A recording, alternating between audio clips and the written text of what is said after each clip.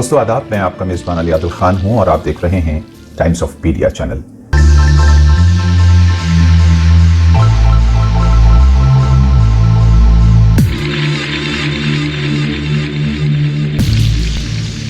जैसा कि आपको मालूम है कि आम आदमी पार्टी और कांग्रेस के बीच दिल्ली, हरियाणा, चंडीगढ़, गुजरात और गोवा में सीटों के बंटवारे को लेकर समझौता हो गया है। इंडिया अलायंस में आम आदमी पार्टी ने कांग्रेस के साथ जो सीटों का बंटवारा किया या समझौता किया है वो बहुत समझदारी से किया है और उसने अपनी हैसियत को समझते हुए, और कांग्रेस एक राष्ट्रीय दल है, पुरानी पार्टी है, उसके भी डेकोरम को मेंटेन रखते हुए शायद इन सीटों का बंटवारा किया है। जैसे कि दिल्ली और पंजाब में जाहिर है कि उनका वोट है, आम आदमी पार्टी का अच्छा खासा वोट बैंक है, इसलिए उन्होंने वहाँ उस हिसाब से किया है और कांग्रेस को भी इसमें कोई एतराज़ नहीं है। नतीजा इस सब के बाद पॉजिटिव और सकारात्मक निकलने की उम्मीद है और इस बार इंडिया अलायंस और बीजेपी के बीच 60-40 का रेशो रह सकता है।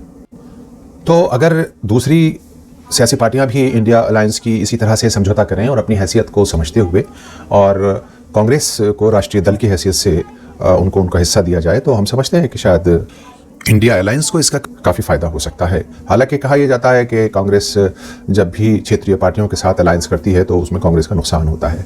वक्त के साथ पार्टियां अपनी प्राथमिकताएं बदल देती हैं और सत्ता इंपॉर्टेंट हो जाती है, सरकार बनाना इंपॉर्टेंट हो जाता है। हालांकि इस बार जो देश का पॉलिटिकल सिनेरियो है या सिचुएशंस है, जो कहिए कि वो बहुत डिफरेंट है और इंडिया अलायंस में जितने भी पॉलिटिकल पार्टीज़ हैं उन्होंने जो इस बार अलायंस किया है, जो एक थॉट और सोच ली है, वो ये है कि हिंदुस्तान का संविधान और हिंदुस्तान के लोकतंत्र को बचाने की इस वक्त लड़ाई लड़ी जाएगी। और बीजेपी क्योंकि हिंदुस्तान के संविधान और लोकतंत्र को ख़त्म कर देना चाहती है, बीजेपी के वो लीडरान जो दूसरी किसी ताकतों के हाथों में खेल रहे हैं, उनको भी शायद इस बात का अंदाज़ा नहीं है कि हम किधर जा रहे हैं।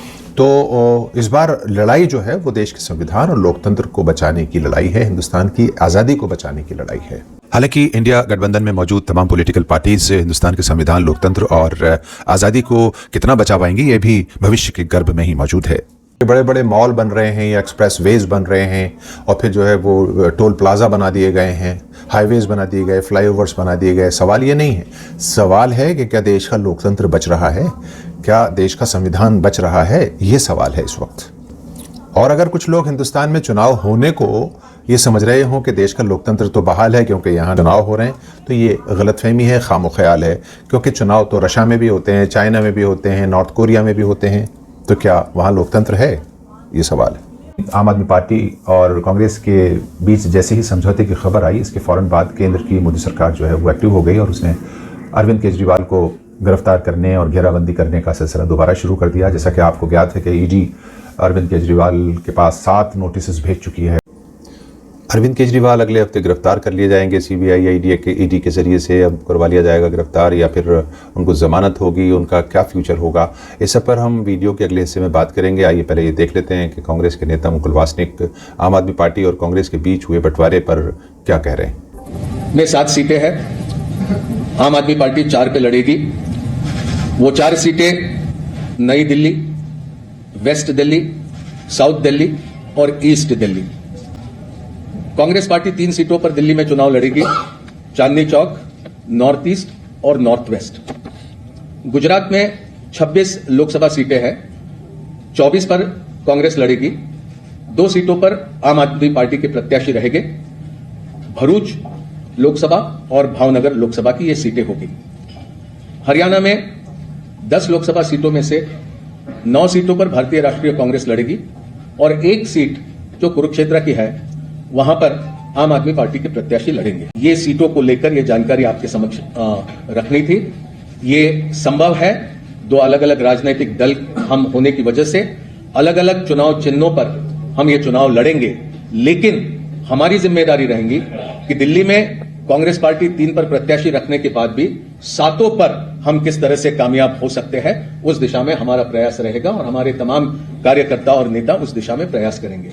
आम आदमी पार्टी की जानिब से 2019 की लोकसभा प्रत्याशी और दिल्ली की शिक्षा मंत्री आतिशी सिंह ने जॉइंट प्रेस कॉन्फ्रेंस की। उसमें केंद्र की मोदी सरकार को चुनौतियां देते हुए उन्होंने कहा कि हम मोदी सरकार की भपकियों से लड़ने वाले नहीं हैं, चाहे वो जेलों में हमें डाल दें, फांसी पर लटका दें, हम लोकतंत्र की और संविधान की हिफाजत करते रहे हैं और करते रहेंगे। अरविंद केजरीवाल जी को गिरफ्तार नहीं कर पाए, तो अब भारतीय जनता पार्टी शासित केंद्र सरकार सीबीआई को सामने लेके आ रही है और अब सीबीआई के माध्यम से अरविंद केजरीवाल जी को अरेस्ट करने की कोशिश करने वाली है। हमें बार बार एक ही संदेश आ रहा है कि कांग्रेस के साथ अलायंस मत करो, सीट शेयरिंग मत करो, इंडिया अलायंस से दूर हट जाओ, वरना अरविंद केजरीवाल जी को सीबीआई द्वारा आने वाले कुछ ही दिनों में गिरफ्तार कर लिया जाएगा। लेकिन मैं भारतीय जनता पार्टी से सिर्फ एक ही चीज कहना चाहती हूं, आप हमें जितने नोटिस भेज लीजिए, आप हमें जितने समन भेज लीजिए, आप आम आदमी पार्टी के हर नेता को गिरफ्तार कर लीजिए, आप हमें फांसी से टांग दीजिए, लेकिन हम आपकी धमकियों से डरने वाले नहीं हैं। हम अपने सर पे कफन बांध कर निकले हुए हैं। हम इस देश के लोकतंत्र के लिए, इस देश के संविधान के लिए लड़ते आए हैं, लड़ते रहेंगे। याद रहे दोस्तों कि राजनीति में कोई चीज परमानेंट नहीं होती है। आपको याद होगा कि जब अरविंद केजरीवाल पहली मरतबा 2013 में चीफ मिनिस्टर बने थे दिल्ली के, तो उनको कांग्रेस का समर्थन था, सरकार दोबारा चुनाव हुए, फिर आम आदमी पार्टी की सरकार बनी, प्रचंड बहुमत मिला, फिर और आसिफ मोहम्मद खान जो अकेले इनके कांग्रेस के एमएलए थे वो भी हार गए। अब आम आदमी पार्टी जो है वो पिछले 10 वर्षों से देखें तो बीजेपी की नीतियों और उनकी योजनाओं से अपना विरोध प्रकट करती रही है, जिसकी वजह से दिल्ली के गवर्नर को केंद्र की बीजेपी सरकार ने अरविंद केजरीवाल के पीछे लगा रखा है। अभी भी लगा रखा है, इससे पहले भी लगा रखा था। अब लेफ्टिनेंट गवर्नर एक सम्मानित पद होता है, संवैधानिक पद होता है, इसका अपना कार्य क्षेत्र होता है, उसको अपने कार्य क्षेत्र में काम करने दिया जाए। और कुछ पॉलिटिकल पार्टीज लेफ्टिनेंट गवर्नर से वो काम कराती हैं जो असंवैधानिक हैं। ये उस पद की गरिमा का अपमान है।